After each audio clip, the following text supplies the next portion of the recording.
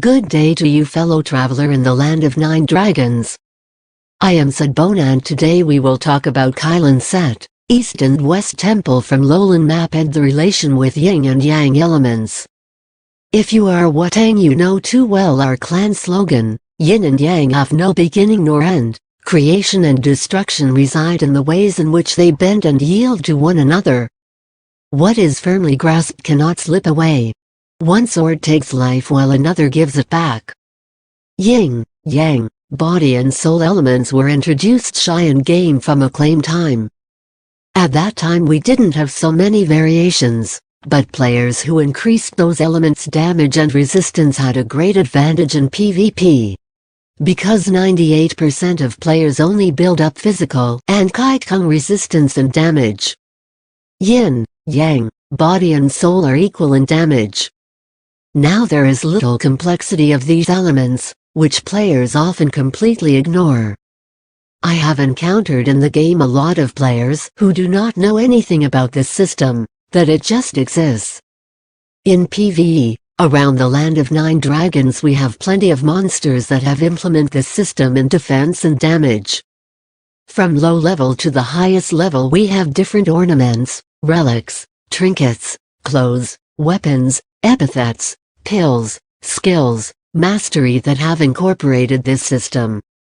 You can find Yin, Yang, body and soul monsters in dungeons, Tibet, Kylin, Lowland map. The richest resource of Yin and Yang are East and West temples from Lowland map. The bosses from those temples drop out the Kylin set, the best set incorporated with these elements. Also, from mats there we can craft relics, trinkets, epithets and weapons with Yin and Yang elements.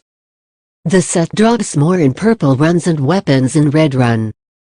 To farm the epithets of Kylin bosses it is long run, like 10 days of farming mats in order to craft it. To get all Yin and Yang it is a long way journey. Aside Kylin set we also have other clothes with resistance to all. If you pay attention to relic description you will notice that in the land we have some special relics with Yin and Yang damage like Demon Face Risen Plate, Beads of Golden Dragon, Beads of Golden Dragon Excellence, and also you can add stats to your relics from lowest to highest with Yin and Yang. For weapons ornament and clothes ornaments you can browse up the F11 resource. From Hefei map to Nanchang, Hangzhou, Ludong we can craft from low-level ornaments with Yin and Yang. For example in Ludong we can craft from mats, weapons ornaments with 300 Yin damage and 300 Yang damage and ornaments for clothes with 15 Yin resistance and 15 Yang resistance. Also, each clan has resistance from mastery. Shaolin, 10% soul. Watang, 5% Yin 5% Yang. Beggar, 10% body. Brotherhood, 10% body. Sacred Flower, 10% Yin. Heavenly Demon, 10% Yang. Aside mastery. Each role has special skill incorporated with Yin and Yang element like buff for damage and resistance or smashes in case of Watang warriors that are reducing the opponent elements and inflict damage or defense shields in case of other roles. Now, if we talk about mobs, the mobs name with special elements are colored.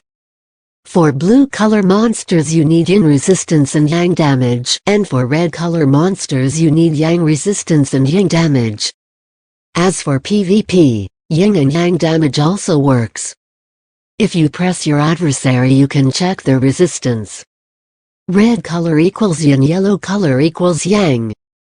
Blue color equals soul. Green color equals body.